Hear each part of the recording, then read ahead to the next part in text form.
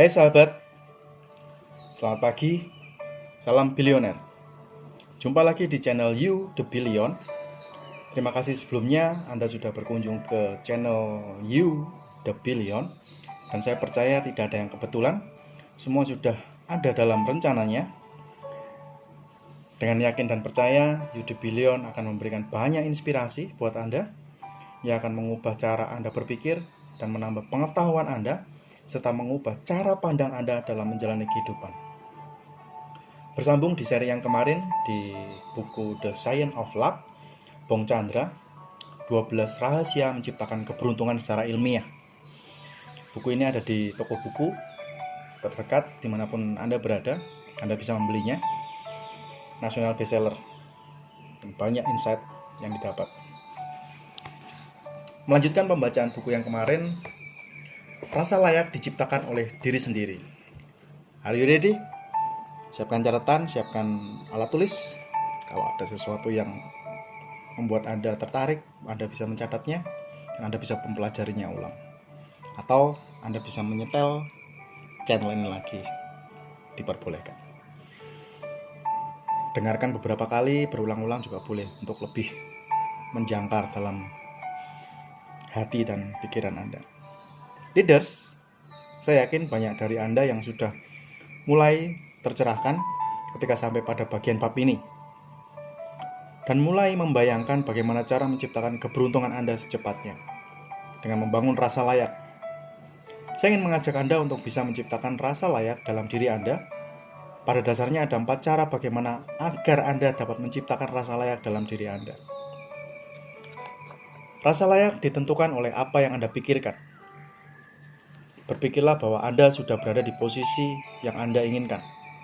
Rasakan dan pikirkan terus. Berimanlah bahwa seakan-akan Anda sudah berada di tempat yang Anda impikan. Karena di dalam hidup ini, segala sesuatu diciptakan 2 kali. Pertama adalah ciptaan mental, dan yang kedua adalah ciptaan fisik. Seorang arsitek tidak akan pernah bisa membangun sebuah gedung tanpa sebelumnya ia merencanakan bangunan gedung tersebut di atas kertas. Dan tidak mungkin pula ia dapat menggambarkannya di atas kertas apabila sebelumnya ia tidak pernah berimajinasi tentang gedung tersebut dalam pikirannya. Bahkan Albert Einstein pun mengatakan bahwa imajinasi lebih kuat daripada logika. Rasa layak akan tercipta atau tidak itu bergantung pada apa yang Anda pikirkan. Pikirkanlah bahwa Anda sudah mencapai tempat di mana merasa layak berada di sana. Rasa layak ditentukan oleh apa yang Anda katakan. Yang pertama tadi pikiran, yang kedua sekarang apa yang Anda katakan. Jika Anda diberikan sebuah gelas dan Anda tidak boleh tahu apa isinya, lalu ketika Anda menuangkan isi gelas tersebut, keluarlah cairan kopi dari sana. Kira-kira apa isi dari gelas tersebut? Tentu saja kopi. Karena apa yang dikeluarkan dari gelas sama dengan apa yang berada di dalamnya. Demikian juga dengan kata-kata. Kalimat yang keluar dari mulut kita mencerminkan apa yang ada di dalam hati kita. Lalu apa artinya? Kata-kata adalah wujud dari apa yang Anda pikirkan. Untuk itu selalu katakanlah hal-hal yang positif pada diri kita. Karena sukses dibangun oleh kata-kata yang kita ucapkan setiap hari. Hindari kata-kata seperti sulit, kelihatannya saya tidak mampu, saya kurang berbakat, saya kurang modal, itu kan orang lain, saya tidak bisa, dan lain sebagainya. Dan gantilah kata-kata yang lebih positif, seperti orang lain bisa, saya pasti bisa. Latar belakang tidak penting, yang penting adalah latar depan. Saya dilahirkan untuk menjadi pemenang. Saya dilahirkan untuk menjadi nomor 1. Saya memiliki talenta, saya memiliki bakat, saya memiliki kemampuan.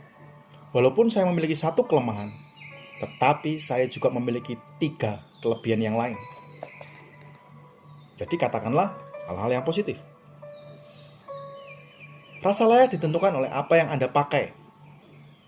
Untuk hal yang ini, saya memiliki pengalaman pribadi yang cukup menarik. Saat usia saya 18 tahun, saya pernah menjadi seorang sales. Di suatu pagi saya memutuskan untuk menelpon beberapa orang klien. Saat itu saya masih menggunakan piyama dan langsung memutar nomor telepon. Apa yang saya rasa saat itu betul-betul tidak seperti para sales pada umumnya. Saya begitu tidak bersemangat dan membuat janji. Begitu untuk bergairah, untuk bertemu dan menawarkan produk yang saya jual. Saya seperti kehilangan antusias. Keesokan harinya saya berpikir harus mencoba hal yang berbeda. Saya berpakaian rapi, layaknya orang akan berangkat untuk keluar rumah, menata rambut dengan rapi, menggunakan sepatu pantofel lengkap. Dan hasil yang saya dapat betul-betul berbeda. Tentu saya masih melakukan kegiatan telepon-menelpon, baik hari pertama maupun hari kedua. Tetapi perasaan yang muncul ketika saya memakai piyama dan ketika saya berpakaian dengan rapi sungguh sangat berbeda. Nyatanya, pakaian benar-benar akan mempengaruhi perasaan Anda.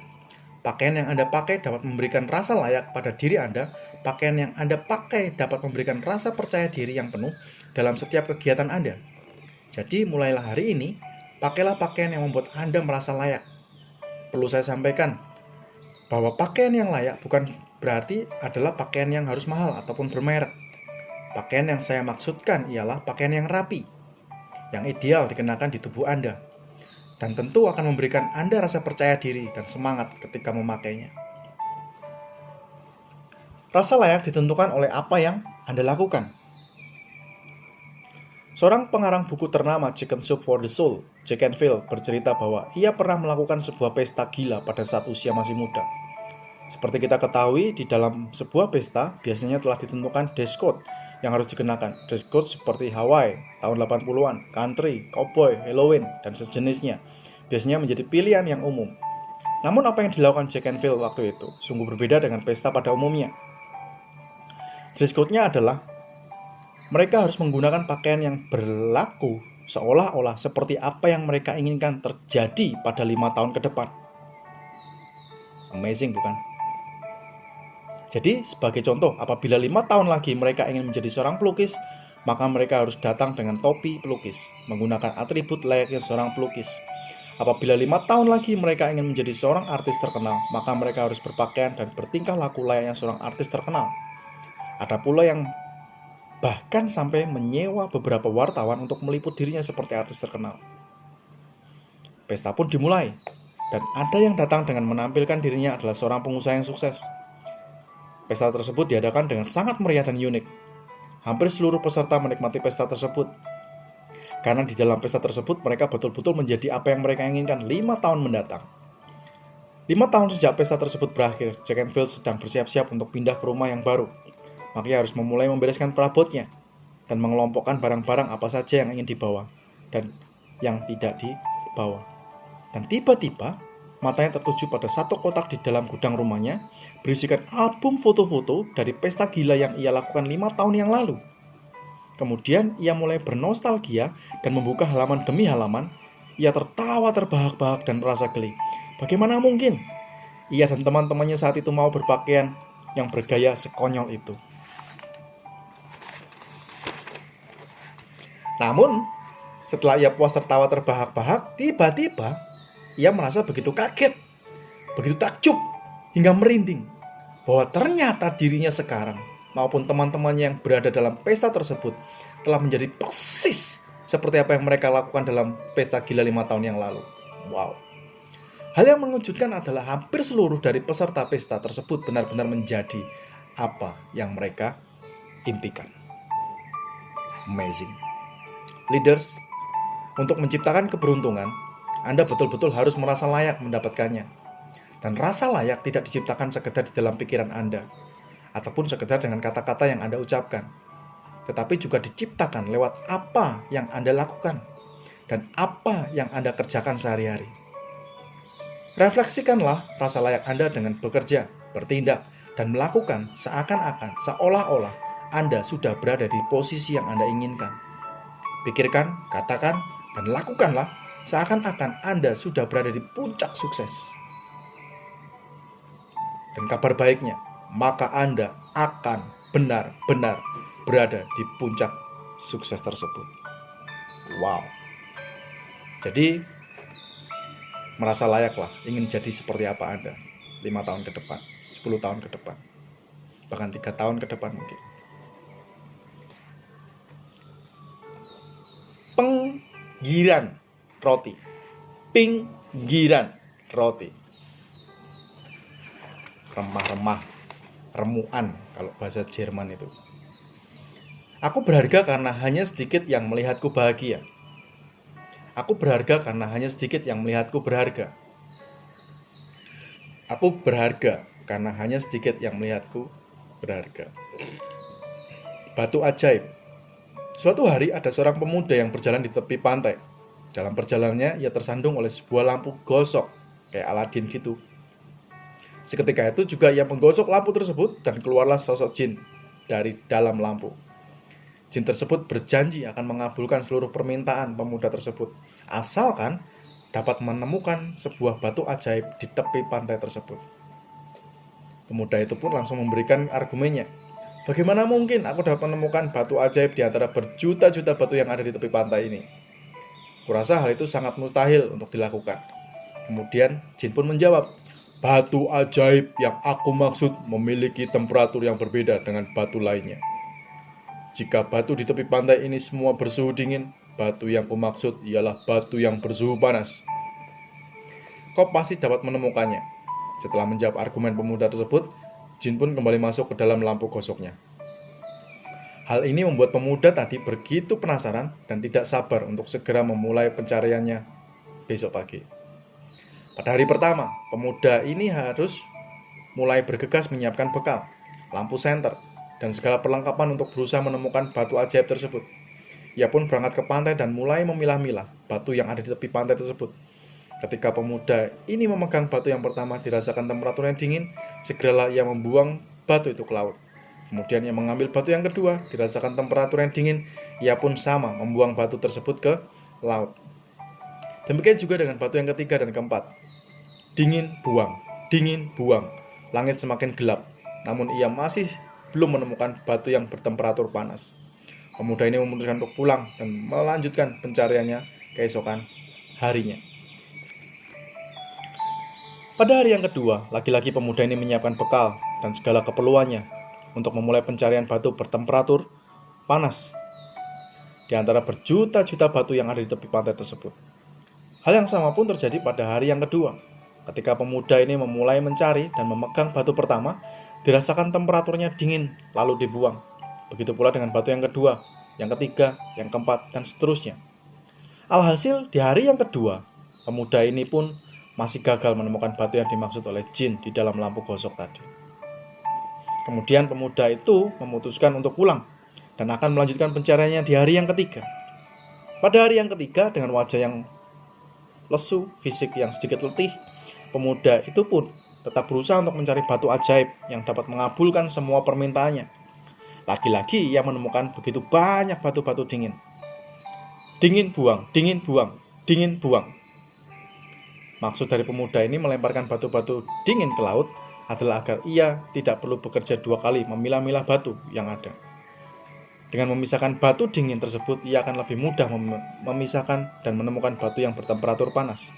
Sekali lagi ia mencoba mengambil batu-batu yang ada di sekelilingnya. Dingin buang, panas buang, dingin buang. Seketika setelah ia beristirahat, ia mulai mengingat-ingat kembali. Kelihatannya tadi saya sempat memegang batu yang bertemperatur panas. Tetapi mengapa saya buang? Tetapi mengapa saya membuangnya? Dan kenapa saya membuang? Leaders, seringkali hidup kita begitu mirip dengan kejadian yang dialami pemuda tersebut. Begitu banyak keberuntungan ada di sekitar kita dan berada di dekat kita. Namun apa yang terjadi? Seringkali kita justru membuang atau meremehkan peluang yang ada di sekitar kita. Kita seringkali meremehkan peluang-peluang kecil di sekeliling kita tanpa kita sadari. Kita menjadi terbiasa membuang batu-batu dingin, yaitu peluang kecil, yang pada akhirnya kita pun juga membuang batu panas, yaitu peluang besar. Membuang pinggiran roti. Batu dingin yang seringkali dibuang pada kisah semula sebelumnya merupakan ilustrasi dari sebuah pinggiran roti. Jarang ada orang yang tertarik dengan pinggiran roti, seringkali membuangnya. Seringkali orang justru memisahkan pinggiran roti dan hanya memakan inti rotinya saja. Hal ini jugalah yang sering saya lakukan ketika sarapan pagi. Saat saya masih kecil, pinggiran roti saya ibaratkan sebagai peluang kecil yang sering kali kita tolak atau bahkan kita buang. Leaders, ketahuilah, keberuntungan Anda mungkin saja tercipta lewat peluang-peluang kecil. Jadikanlah diri Anda lebih peka. Mulailah melihat sekeliling Anda Karena setiap pinggiran roti bisa jadi adalah awal dari keberuntungan Anda. Penerima yang baik. Kebanyakan orang mungkin akan bereaksi negatif ketika diberikan makanan sisa, yaitu pinggiran roti tadi mungkin. Bahkan sebagian mungkin akan menolaknya. Banyak orang hanya ingin mendapatkan menu utama, makanan yang utama saja. Hanya menginginkan peluang-peluang dan keberuntungan-keberuntungan yang besar saja. Namun, jika Anda ingin menciptakan keberuntungan-keberuntungan Anda secara ilmiah, jangan pernah meremehkan pemberian-pemberian kecil yang diberikan orang kepada Anda. Jangan pernah meremehkan remah-remah atau pinggiran roti yang seringkali orang berikan kepada Anda. Perlu kita ketahui bahwa orang yang sukses dan beruntung adalah penerima yang baik. Saya tidak akan memberikan Anda contoh-contoh yang terlalu sulit. Hal yang akan saya berikan di sini adalah analogi dari apa yang seringkali terjadi di dalam kehidupan kita sehari-hari. Saya pribadi termasuk golongan penerima yang baik. Hal ini sudah saya biasakan sejak usia saya masih kecil, kira-kira sejak usia 6 SD, kelas 6 tahun maksud saya. Ketika itu saya masih duduk di bangku SD, dan seperti kebanyakan anak di usia tersebut, tentunya senang menghabiskan waktu untuk bermain. Kebetulan saya memiliki seorang teman yang mempunyai rumah yang besar, koleksi mainan yang banyak. Hampir setiap hari saya datang ke rumahnya bersama dua teman saya untuk bermain seharian di sana. Bisa Anda bayangkan apabila anak bermain seharian, tentulah sang ibu alias nyonya rumah tersebut akan menawarkan berbagai makanan, mulai dari yang ringan sampai yang berat. Pada saat itu kami seringkali disuguhi makanan dan minuman. Tidak semua anak mengambilnya. Dua teman saya dengan wajah yang sebetulnya ingin seringkali memakan snack-snack tersebut. Beberapa kali mengatakan, "Aduh, jangan repot-repot, Tante." "Ah, nggak usah, Tante. Kita sudah kenyang kok, Tante." Padahal, saya mengerti betul bahwa mereka sebetulnya ingin. Tetapi mereka menolak pemberian tersebut. Lalu bagaimana dengan saya? Saya langsung menerimanya dengan sukacita dan berkata, "Terima kasih, Tante." Kemudian menyantapnya. Mungkin pengalaman saya ini sepintas tidak ada hubungannya dengan keberuntungan. Tapi suka atau tidak, keberuntungan bisa diciptakan secara ilmiah dan akan menghampiri orang-orang yang termasuk dalam golongan penerima yang baik. Sejak saat itu, saya selalu membiasakan diri untuk menerima setiap maksud baik dari orang lain. Tentu saja Anda tidak boleh menangkap hal ini mentah-mentah. Perlu memahami konteks ini dengan tepat dan jeli. Leaders, perlu diingatkan bahwa keberuntungan besar adalah kumpulan dari keberuntungan-keberuntungan kecil. Namun sayangnya seringkali kita sungkan untuk menerima pemberian-pemberian dari orang lain. Sungkan. Ingat, singkirkanlah gengsi Anda. Jadilah penerima yang baik. Hal itulah yang terjadi ketika saya bergabung dalam Trinity Property Group. Cerita ini berawal dari perbincangan dengan seorang sahabat saya yang sudah berpengalaman 24 tahun di bidang properti. Awalnya beliau ingin membangun Trinity Property Group hanya berdua saja dengan rekannya yang lain. Namun, tiba-tiba di sela pembicaraan, beliau menawarkan saya untuk menjadi shareholder Trinity Property Group.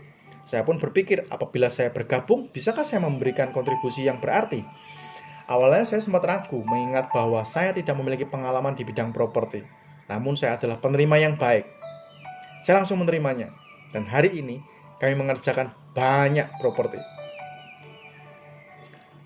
Banyak proyek besar. Bahkan dalam waktu yang singkat, kami akan mengerjakan sebuah proyek super blok di Jakarta. Super blok ini akan menjadi sebuah kawasan luas yang terdiri atas apartemen, hotel, mall, dan perkantoran. Hal itu terjadi karena saya tidak pernah menolak pinggiran roti, yang kadang kala kita lihat sebagai keberuntungan yang kecil. Setialah mengerjakan perkara-perkara kecil yang Tuhan berikan kepada Anda. Maka selanjutnya Tuhan pasti mengirimkan perkara-perkara besar dalam kehidupan Anda. Amazing. Luar biasa sekali ya.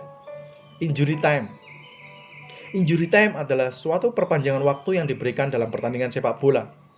Injury time biasanya diberikan sekitar 2-3 menit setelah babak pertama atau babak kedua berakhir. Injury time banyak menjadi pembicaraan para pencinta bola karena justru saat menit-menit terakhir, yaitu saat injury time berlangsung, di saat itulah banyak gol-gol emas terjadi. Sebagian orang berpendapat bahwa banyak gol yang terjadi saat injury time disebabkan oleh berkurangnya konsentrasi para pemain. Salah satu faktor yang menyebabkan turunnya konsentrasi pemain adalah terkurasnya stamina para pemain pada menit-menit akhir pertandingan. Saya percaya faktor fisik juga menentukan mengapa banyak pemain kehilangan konsentrasi dan kebobolan justru di saat menit-menit akhir atau injury time. Namun, tidak menutup kemungkinan bahwa faktor psikis juga memegang peranan penting atas terciptanya gol-gol penting di akhir pertandingan. Salah satu faktor psikis yang paling banyak terjadi di dalam pertandingan sepak bola adalah rasa puas dalam diri setiap pemain. Beberapa pemain merasa sudah puas ketika mereka berhasil unggul 1 atau 2 gol. Di saat para pemain mulai terbuai dengan keunggulan skor, mereka mulai lengah di menit-menit akhir pertandingan dan kecolongan pada menit-menit tersebut. Bagi beberapa pemain, injury time adalah waktu buangan. Sama seperti pinggiran roti, bagi beberapa orang, pinggiran roti hanyalah makanan sisa yang tidak terlalu penting. Bahkan remah-remahnya seringkali diberikan kepada hewan peliharaan mereka. Jangan pernah meremehkan remahan sisa atau pinggiran roti. Jangan pernah meremehkan masa-masa injury time. Karena justru di saat itulah konsentrasi kita diuji untuk tetap bisa mempertahankan kemenangan. Salah satu yang menyebabkan zona nyaman sangat berbahaya adalah karena ia tidak berbahaya. Saya ulangi ya. Salah satu yang menyebabkan zona nyaman sangat berbahaya adalah karena ia tidak berbahaya. Dalam dunia bisnis, ada kalanya juga para pebisnis membuang pinggiran roti dan lengah pada saat injury time. Hal tersebut terjadi karena mereka mulai terbuai dengan kesuksesan. Kejadian ini juga pernah terjadi dalam bisnis yang sedang saya kerjakan, terutama dalam industri properti. Pada saat saya pertama kali mengadakan launching perumahan Ubud Village pada Agustus 2010, kami melakukan persiapan yang luar biasa. Kami persiapkan segala sesuatunya dengan sempurna, mulai dari banner, brosur, dan daftar nama. Kami juga datang 2 jam sebelum acara mulai. Kemudian sesampainya di gedung acara, kami menyiapkan sound system yang baik, mengecek mikrofon. Intinya, segala sesuatu dipersiapkan dengan sangat sempurna. Dan hasilnya sangat luar biasa. Pada bulan Agustus 2010, kami berhasil menjual 60 unit properti dalam waktu hanya 3 jam saja. Wow. Kami pun memutuskan untuk membuat acara launching untuk tipe-tipe terbaru setiap bulannya. Namun pada tanggal 19 Desember 2010, penjualan kami menurun. Kami hanya berhasil menjual 30 unit saja. Pertanyaannya, mengapa hal itu bisa terjadi? Jawabannya, karena kami mulai terbuai dengan kemenangan. Hal itu terjadi karena kami telah sukses menjual 80% lebih dari total keseluruhan properti kami. Kami mulai meremehkan waktu-waktu sisa. Kami mulai membuang remah-remahan roti. Dan tanpa disadari, kami mulai membuang pinggiran-pinggiran roti. Kami mulai lupa membawa brosur, lupa membawa banner, datang hanya 5 menit sebelum acara dimulai, dan yang lebih parah lagi, kami lupa membawa daftar nama. Ingat, keberuntungan akan berpihak kepada orang yang berkonsentrasi dan terus berjuang sampai detik terakhir sekalipun. Berbagai setiap waktu, hargai setiap waktu. Berbagai setiap pinggiran, hargai setiap pinggiran roti yang ada. Kumpulkan kembali pinggiran roti yang terbuang. Kumpulkan kembali pinggiran roti yang terbuang. Apabila kita sudah terlanjur membuang pinggiran roti, kita dapat mengumpulkannya kembali dan remah-remahnya tersebut untuk bisa mengumpulkan keberuntungan kita kembali. Penyesalan memang selalu datang terlambat, tetapi tidak ada kata terlambat bagi Anda yang ingin memperbaikinya. Dalam dunia bisnis, terbuangnya pinggiran roti bisa disebut juga dengan opportunity loss. Opportunity loss artinya adalah kesempatan profit yang mungkin akan terjadi tetapi gagal terjadi karena kita kurang cekatan, kurang persiapan untuk bisa memanfaatkan setiap peluang yang ada. Sebagai contoh, ada seseorang sahabat saya yang membuka booth di suatu pameran. Booth tersebut dirancang dengan sangat bagus dan atraktif. Ia juga memiliki brosur yang memukau, SPG yang cantik, musik, LCD screen, visualisasi konsep yang luar biasa, dan harga yang menarik. Namun, kemudian apa yang terjadi? Ternyata persiapan yang telah dilakukan sedemikian matangnya tidak membuahkan hasil. Anda mungkin penasaran, kenapa kok tidak maksimal hasilnya? Lalu apa yang sebenarnya terjadi?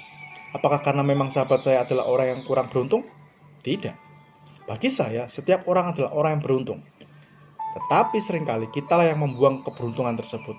Apa yang hilang dari seorang sahabat saya? Ternyata banyak orang yang datang dan tertarik untuk membeli produk pada booth sahabat saya.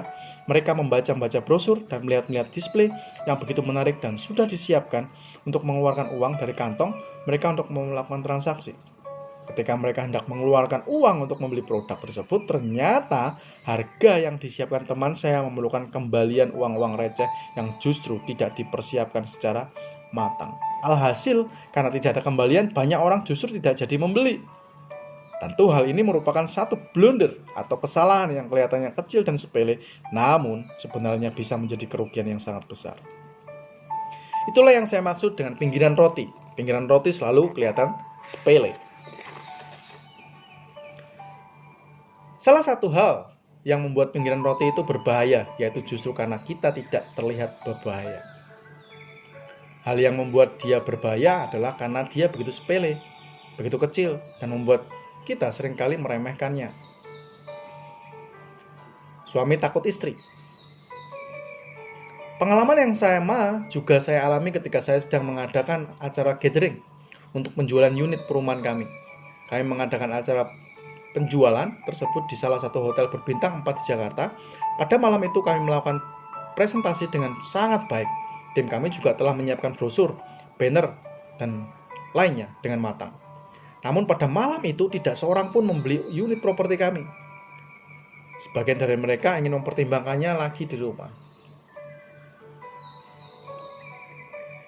Survei membuktikan justru 60% penjualan terjadi setelah percobaan kelima.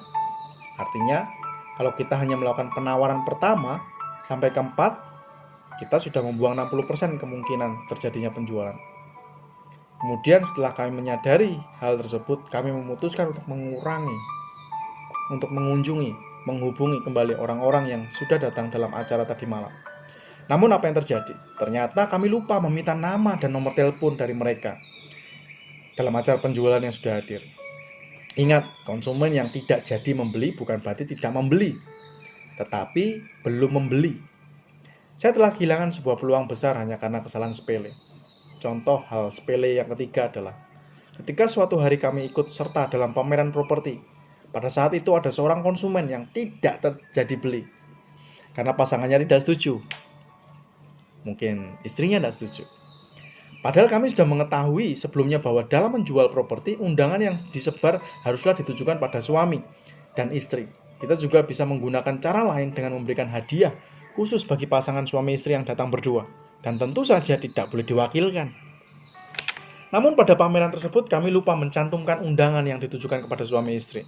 Kami juga lupa mencantumkan bahwa ada hadiah khusus bagi pasangan suami istri yang datang. Alhasil banyak orang yang datang sendirian ke pameran yang kami adakan. Mereka sangat tertarik untuk membeli, namun karena mereka pulang ke rumah, mereka bertemu dengan manajer keuangan, yaitu istrinya atau istri mereka sendiri. Para suami-suami takut istri ini pun tidak mendapatkan persetujuan dari pasangannya untuk membeli unit properti, dan penjualan pun gagal maning. Leaders, jangan pernah sepelekan pinggiran roti.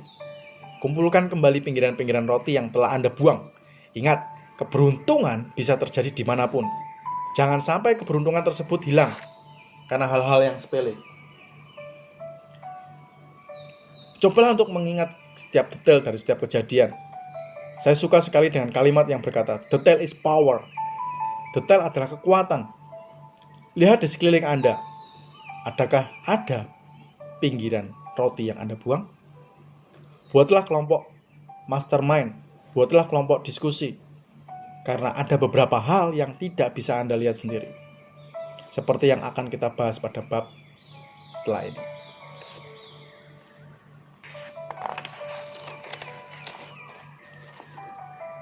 Timing. Segala sesuatu akan indah pada waktunya. Sebagian dari kita pasti sering mendengarkan kalimat motivasi tersebut, kan? Kalimat ini sering dengar ketika kita sedang menghadapi begitu banyak masalah dan tantangan dalam hidup. Dan kalimat tersebut seringkali menjadi sebuah penghiburan bagi kita semua. Namun, bila kita salah mengartikan maksud arti kalimat tersebut, justru kalimat ini dapat menjadi bumerang bagi kita semua. Bagaimana tidak? Jika Anda kembali melihat kalimat tersebut, segala sesuatu akan indah pada waktunya. Kalimat pada waktunya dapat diartikan dengan menunggu. Bagi sebagian besar orang, menunggu itu adalah suatu yang pasif. Menunggu berarti tidak bergerak. Menunggu berarti mengharapkan sesuatu berkat, mengharapkan sesuatu mujizat, mengharapkan suatu hal yang baik datang kepada diri kita tanpa memerlukan usaha. Untuk itu, pada kesempatan ini saya ingin mencoba membuka paradigma baru mengenai kalimat motivasi tersebut. Segala sesuatu akan indah pada waktunya. Menunggu bukan berarti pasif. Seperti yang kita ketahui, benua Eropa memiliki 4 musim yang terjadi atas musim semi, musim panas, musim gugur, dan musim dingin. Berbeda dengan Indonesia yang hanya memiliki 2 musim saja. Orang Eropa sangat iri dengan 2 musim yang ada di Indonesia. Demikian pula sebaliknya, banyak orang Indonesia iri dengan 4 musim yang ada di Eropa. Hal itu bisa terjadi karena ada pepatah yang mengatakan bahwa rumput tetangga lebih hijau. Tetapi menurut saya kita sangat beruntung karena kita tinggal di Indonesia. Mengapa saya mengatakan hal tersebut? Dan mengapa orang Eropa harus iri dengan musim yang ada di negara kita? Berikut penjelasannya. Negara-negara yang memiliki 4 musim biasanya hanya memiliki masalah mengenai waktu produktif. Mereka memiliki waktu produktif lebih sedikit dibanding negara-negara yang memiliki 2 musim. Kenapa? Karena pada saat musim dingin, lebih dari 3-4 bulan orang-orang yang tinggal di daerah 4 musim tidak dapat melakukan seluruh pekerjaan mereka dengan baik.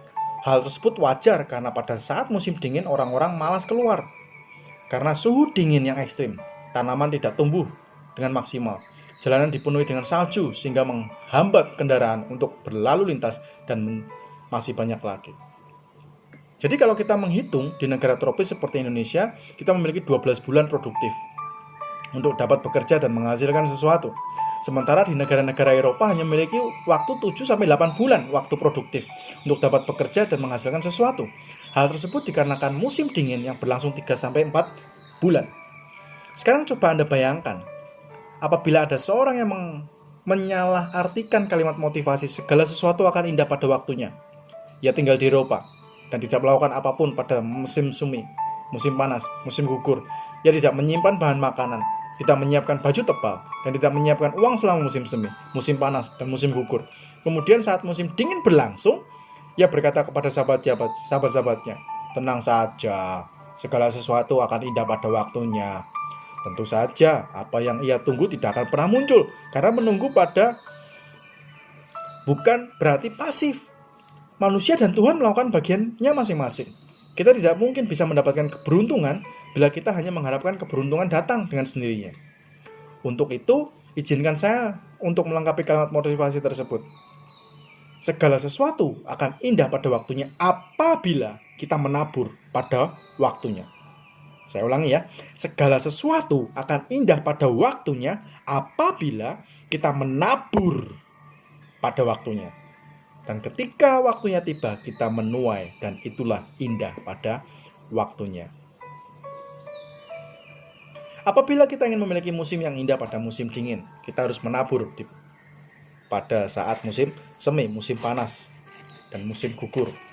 Kita harus mempersiapkan bahan makanan. Menabur lebih banyak benih, mempersiapkan baju tebal, uang cadangan, dan lain sebagainya.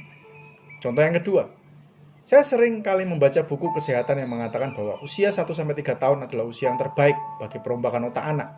Usia 1-3 tahun adalah usia yang paling tepat untuk memberikan nutrisi yang terbaik bagi otak anak. Sebutlah ada seorang keluarga yang cukup mapan dan tidak mempunyai masalah finansial. Namun pasangan ini memutuskan untuk berhemat dan membeli susu bagi pertumbuhan anaknya. Sebenarnya keluarga ini mampu memberikan susu berkualitas nomor 1 dengan harga yang lebih mahal. Namun bagi keluarga ini semua susu sama. Singkat cerita, keluarga ini membeli susu yang tingkat nutrisi yang lebih rendah dibandingkan dengan susu berkualitas yang seharusnya dapat mereka beli. Alhasil, ketika anak ini beranjak remaja dan mulai masuk ke bangku SMA, anak ini mulai mengalami kesulitan dalam berkonsentrasi. Anak ini juga mengalami kesulitan dalam mengerjakan soal-soal fisika, kimia, matematika. Mengetahui prestasi anaknya yang kurang baik, orang tua tersebut lalu mulai berkata, segala sesuatu akan indah pada waktunya. Coba katakanlah kepada orang di sebelah Anda apabila Anda sedang membaca buku ini. Indah kepalamu. Kan tidak mungkin kan? Tentu saja segala sesuatu tidak akan indah pada waktunya karena orang tua tersebut tidak menabur pada waktunya. Mereka telah melewatkan masa keemasan dalam pertumbuhan otak anak. Demikian juga dengan keberuntungan. Bila Anda ingin menciptakan keberuntungan secara ilmiah, Anda tidak punya pilihan lain. Anda harus menaburnya terlebih dahulu. Terhitung mulai hari ini, menunggulah secara proaktif, bergeraklah dan kejarlah keberuntungan Anda. 3 hal yang membuat kita menunggu secara pasif. Dalam perjalanan hidup saya sebagai seorang entrepreneur dan motivator, saya mencoba mencari tahu apa yang membuat orang-orang menunggu secara pasif. Karena bagi saya, salah satu cara yang paling efektif untuk menghilangkan asap dalam adalah dengan mematikan sumbernya. Demikian juga dengan karakter pasif. Untuk dapat mengubah karakter pasif, Anda harus dapat mengatasi sumbernya. Sumber dari karakter pasif adalah rasa takut, rasa malas, tidak percaya diri, pesimis. Pertama adalah rasa takut. Siapa yang tidak mengenal rasa takut? Semua orang memiliki rasa takut. Perlu Anda ketahui, orang-orang sukses juga memiliki rasa takut. Orang sukses juga memiliki rasa cemas, gugup, keraguan-raguan. Tetapi walaupun mereka merasa takut, cemas, gugup, dan ragu, mereka tetap take action. Mereka tetap melakukan. Mereka tetap bertindak. Banyak yang mengatakan kepada saya, "Pak, saya dilahirkan menjadi seorang penakut. Saya tidak berani bertemu dengan banyak orang. Saya tidak berani untuk mencoba hal baru. Saya takut gagal. Saya takut mencoba. Dan saya takut kehilangan segalanya." Hei, ketahuilah bahwa Tuhan tidak pernah menciptakan segala sesuatu buruk adanya. Tuhan menciptakan segala sesuatu dengan rancangan yang terbaik dalam diri kita masing-masing. Lalu mengapa Tuhan menciptakan rasa takut? Coba Anda bayangkan bila di dunia ini tidak ada rasa takut. Mungkin saat ini di mobil kita tidak ada safety belt. Mungkin juga tidak ada asuransi. Coba bayangkan jika di dunia ini tidak ada rasa takut. Mungkin saja di jalan-jalan tidak akan ada lampu merah. Tidak ada alarm kebakaran dan lain sebagainya. Semua itu terjadi karena kita memiliki rasa takut. Apa artinya? Tuhan melengkapi kita dengan rasa takut agar kita menjadi jauh lebih waspada. Hal yang menjadi permasalahan adalah jangan sampai rasa takut tersebut justru membuat kita untuk takut mencoba, takut melangkah, dan selalu menunggu secara pasif timing yang tepat. Banyak orang berdalih, saya belum sukses karena sekarang belum waktunya. Saya hanya harus menunggu sedikit lebih lama dan bersabar sedikit lebih lama. Tidak, keberuntungan tidak akan berpihak kepada Anda apabila Anda yang hanya menunggu dengan timing tersebut. Karena sesungguhnya tidak ada waktu yang sempurna. Yang ada hanyalah waktu yang mendekati sempurna. Dan waktu yang paling mendekati sempurna adalah hari ini. Sekarang.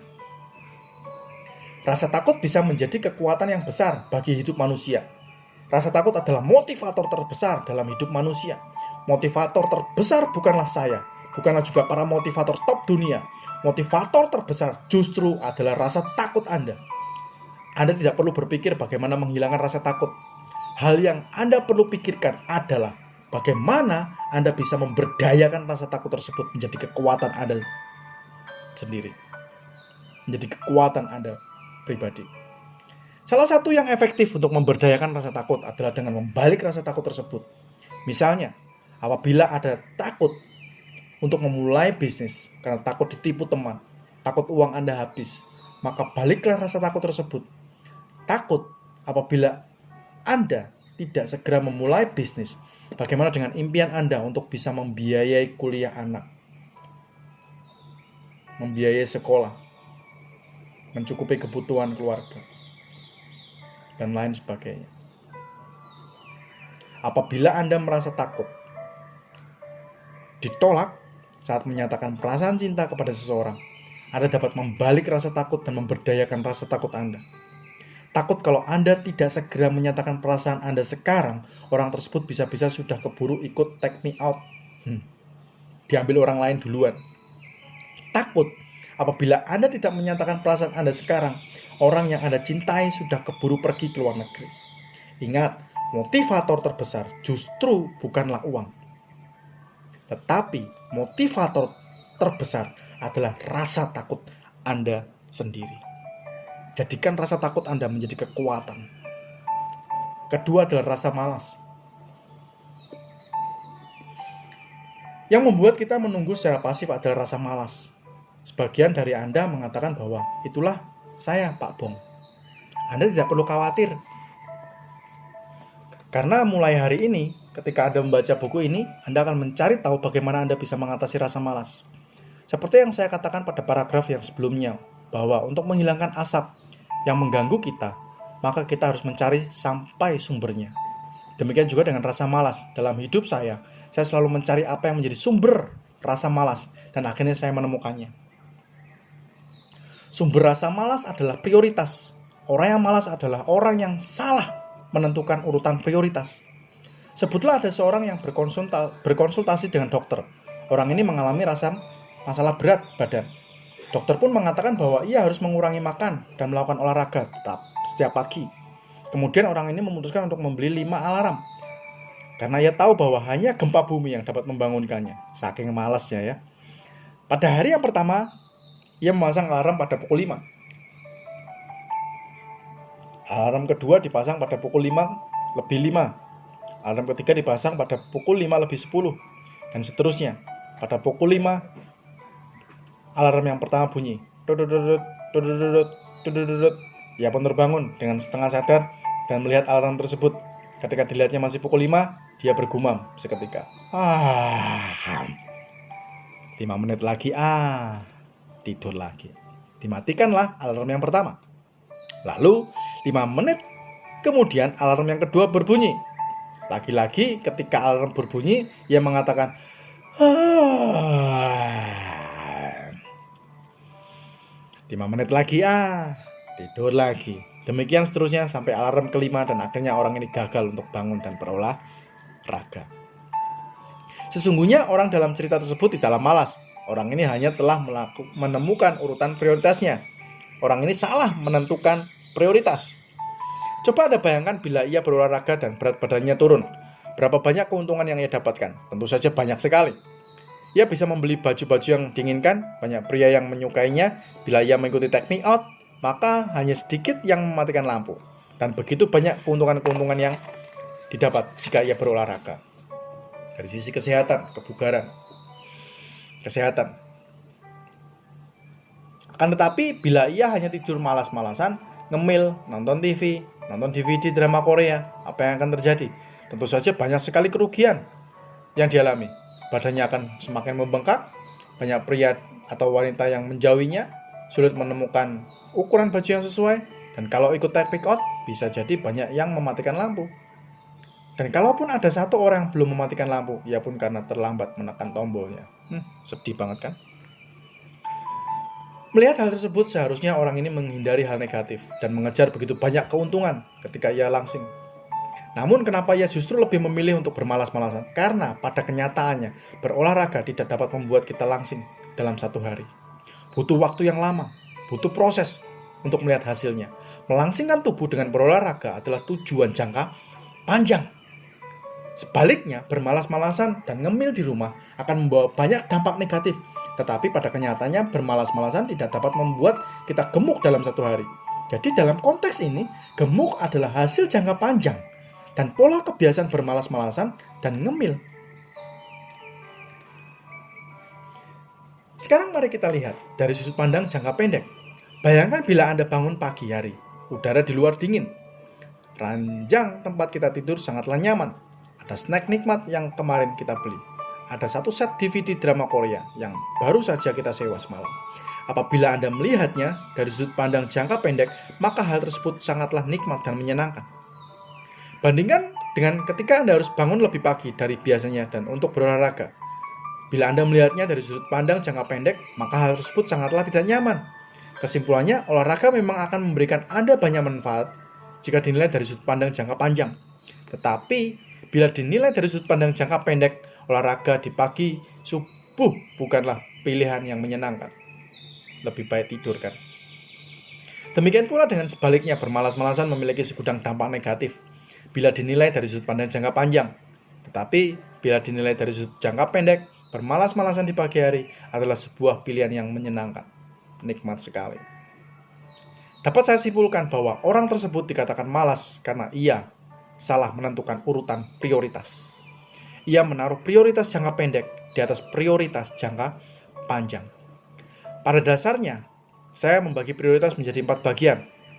Yang pertama, penting tapi tidak mendesak. Contohnya, ada seorang marketing yang datang kepada saya berkata, "Pak, kita harus segera bertemu dengan seseorang. Karena ini penting sekali. Ini klien yang sangat-sangat penting sekali, Pak. Ini klien kelas kakap. Oke, kalau begitu kapan saya bisa bertemu dengan dia? Rencananya setelah dia pulang dari luar negeri, tahun depan, Pak." Penting tapi tidak mendesak. Yang kedua, mendesak tapi tidak penting. Contohnya, ada seorang sahabat yang datang kepada saya dan berkata, "Gue butuh bantuan lo. Ini sangat penting dan mendesak banget. Cuma tinggal 3 hari lagi. Bisa gak pinjemin gue uang? Karena kalau acara ini sampai lewat, gue harus nunggu sampai tahun depan. Memangnya ada apaan? Gue mau nonton konser." Mendesak, tapi tidak penting. Tidak penting dan tidak mendesak. Contohnya, mengupdate status iseng di Facebook atau Twitter. Saya bukanlah pernah melihat beberapa orang frustasi yang mengupdate statusnya.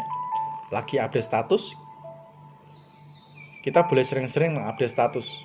Namun ada jatahnya, ada waktunya, dan pastikan juga status Anda bermanfaat bagi yang lain. Tidak penting dan tidak mendesak. Sia-sia. Penting dan mendesak. Nah, ini.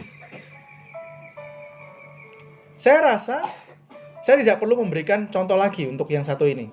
Karena kita semua tahu apa saja hal yang penting, apa saja hal yang mendesak.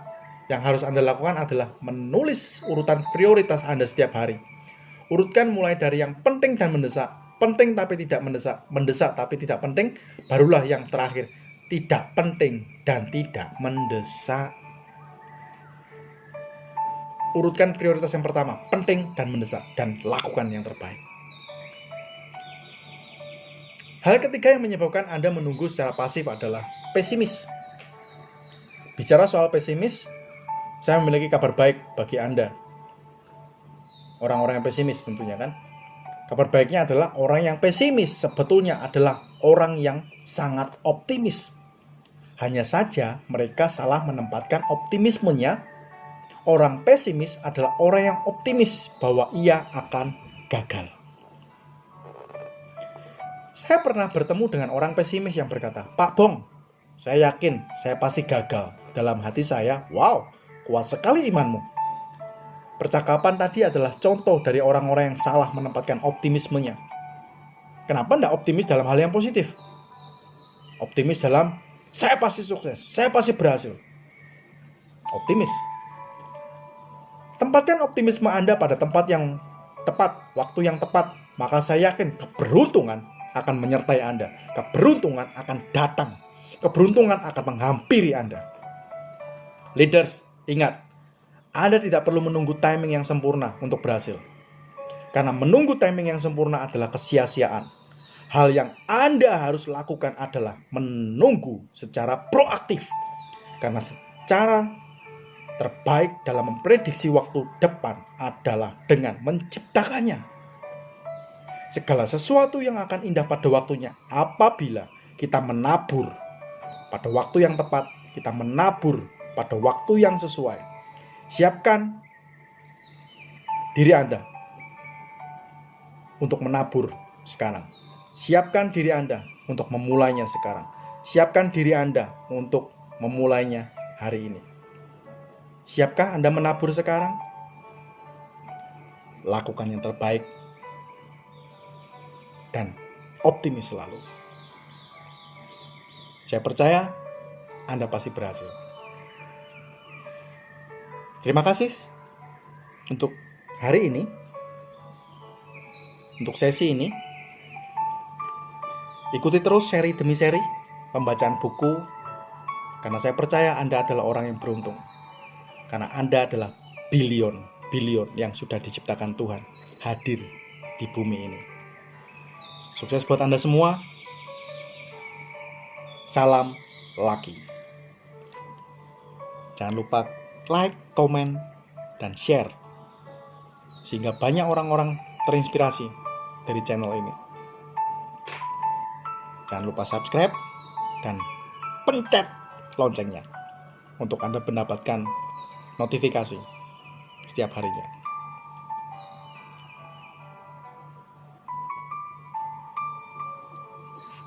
Terima kasih. Salam